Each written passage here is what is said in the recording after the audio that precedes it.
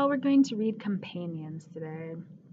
I slept soundly that first night at Susan's, on my bed by the radiator. I woke up several times, uncertain where I was. But when I looked around and saw the kitchen, saw the water bowl by the bed, smelled the smells of Susan's house, I remembered the events of the day and fell asleep again. Early the next morning, before the sun was up, I heard Susan's voice as she made her way down the stairs. Addie! Good morning, Addie, she called softly. She shuffled into the kitchen wearing a long robe, scruffy slippers on her feet. I lifted my head. Then I sat up. Ah, I see you're feeling better. That's fine, said Susan. She bent to stroke me. She ran her hand down my back, then reached under my chin. Every dog should start her day with a chin scratch, she announced. She moved her hand back to the top of my head. May I pat you here? She asked. On your head? Not all dogs like that, I know. I sat very still. Then I closed my eyes. Squinty eyes, exclaimed Susan. A wonderful sign. She picked up my water bowl and emptied it in the sink and then refilled it. Now, what should we have for breakfast today? She said a moment later as she peered into the refrigerator. I think I'll have scrambled eggs and you can have the hamburger and rice that's left over from the other night. And that is just what we did have, except that Susan also gave me some of her scrambled eggs. It was the first time I'd ever eaten them warm, right out of the frying pan. Warm scrambled eggs were awfully good. All right, said Susan, when we had finished our breakfast. I hope you're ready for your big day, Addie. Our big day didn't start right away. First, Susan went upstairs for a long time. When she returned, she was wearing different clothes and she smelled different. All gussied up, she said. I'm 82 years old, but I can gussy up with the best of them. There's not a thing about me that's old except my bones. Susan clipped the leash to me then and walked me around outside again until I relieved myself. Good girl, she exclaimed and handed me a cookie. After that, it was time to get into the car. Susan carried my nest of blankets from the kitchen into the garage. Come on, Addie, she called, and I followed her, even though it was not clipped to the leash. Susan opened the front door of her car. Now, my Maxie liked to sit up in the front seat, right next to me. She turned and regarded me. I don't know if you've ever ridden in a car before. I hope you won't be scared. Maxie loved it. You can look out the window. Sometimes you see cats or squirrels or other dogs. It can be very entertaining. Maxie used to sit up tall and stare straight ahead. I called him my co-pilot. Susan arranged the blankets on the seat of the car. She looked down at me. Are you ready, Addie? This is your big adventure. I sat by the car and looked up at Susan. Susan patted the seat. Jump on up here, Addie.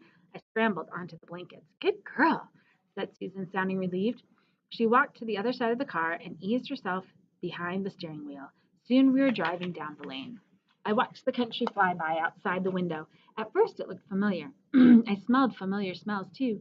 I saw snow, lots of snow. Some trees and here and there a house. Eventually the houses appeared closer together and the smells became unfamiliar.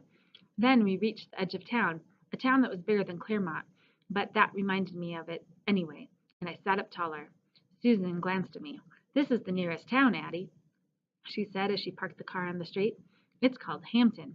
This is where I do all my shopping and errands. Are you ready for your errands? I really do have quite a few. Our first stop is the dry cleaner. Now you sit here and I'll be right back. If you get bored, you can chew on this. Susan handed me an enormous object that looked like a bone, but didn't smell like any bone I'd ever found in the woods. I licked it, then placed it between my forepaws and set to work chewing on it. Susan left me alone for a few minutes. When she returned, she was carrying an armload of things in flopping plastic bags, which she put in the back of the car. We set off again. Next stop, the post office, said Susan. Goodness, it's nice to have a companion along. How's that bone, Addie? I chomped away. I wasn't even looking out the window anymore. Susan drove to the post office next, where she went inside with a small package and came out with a stack of envelopes. Then she took us to a place called a bank, to a place called a pharmacy, and finally to a bakery. After the bakery, when we were sitting in the car that now smelled of butter and sugar and bread, Susan said, Well, Addie, the next stop is going to be your big treat today. I suppose I should really give you the treat after we go to the vet as a reward, but I'd have to drive us way out of the way in order to do that, so you'll get your treat first. Listen to me. Talk in a blue streak. I haven't spoken so much in months, but this is silly. I'm going on and on as if you can understand every word I'm saying. Susan rested her arms on the steering wheel and looked thoughtful. Well, maybe you can, she went on. Who knows? Anyway, off to Pet Town. Susan pulled out of the bakery parking lot and drove us back through Hampton. A few minutes later, she said, Here we are. This is Pet Town, Addie. It's brand new. You can buy anything you need for your pet here. And people are allowed to bring their pets inside. So come on in with me and we'll find out what you need. Susan clipped the leash to my collar and we walked inside a huge building. When we stepped through the doors, my nose was met with so many smells that I raised my head, sniffing, and then stood on my hind legs to get the best smells possible. Susan laughed. There's a lot of good stuff in here, isn't there? I had never experienced anything like it. I had sniffed around the wagging tail in Claremont and other pet stores, but I'd never been inside one. Now I saw shelf after shelf of things, many of which were unfamiliar to me, but that smelled very, very interesting.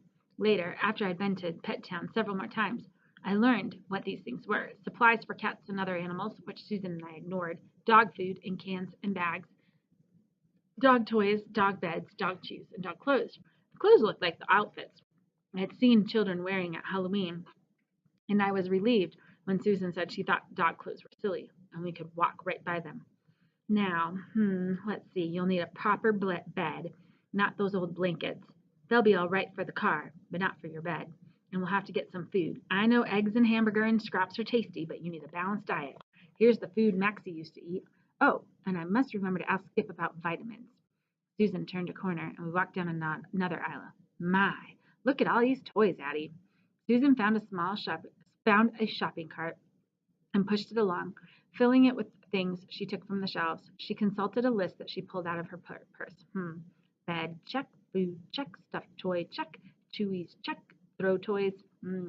I don't know if you'll be up for chasing toys. Maybe I'll just buy one.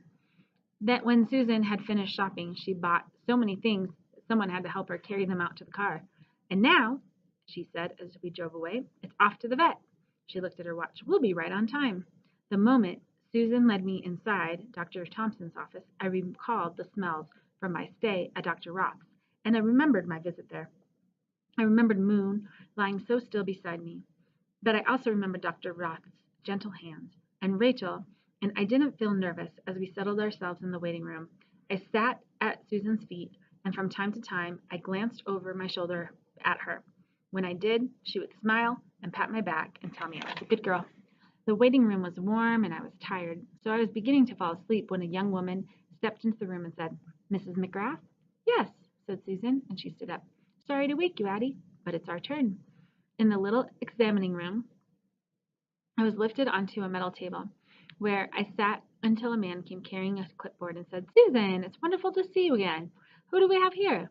Hi, Skip, said Susan. This dog has been hanging around my house for a long time, and yesterday I finally persuaded her to come inside. She's lovely, but I don't know anything about her. I thought I'd better have her checked out. Dr. Thompson began examining me. He was very gentle, like Dr. Roth. He looked in my mouth, ran his hands down my back and over my belly. He listened to my heart, and he looked carefully at my paws. Well, he said after a long time, this dog isn't in bad shape, considering she's a stray. Are you sure she's a stray? Positive, replied Susan. Because she has been spayed. I can see the old scar on her belly. She must have been someone's dog once. I'll bet she has a lot of stories to tell, said Susan. Dr. Thompson looked down at me. She seems a bit weak and dehydrated, and she's on the thin side. I see evidence of ear mites and fleas, not out of control though, and I notice that her feet have been bleeding. I think she has some cracks in her pads. I should probably check for worms and parasites. Her vitals are good. Dr. Thompson paused. I'd say this dog is 9 or 10 years old. 9 or 10? Repeated Susan. In dog years, that's almost 60. She'll need shots too, of course. Dr. Thompson went on. And she could stand a good bath. Do you want us to go ahead and do everything? Give her an injection and give the medicine for the mites and so forth? Absolutely. It won't be cheap. I know. Does that mean you want to keep her? Want to keep her? Why, she's mine already, said Susan. That night, I fell asleep by the radiator in my new bed, a teddy bear at my side.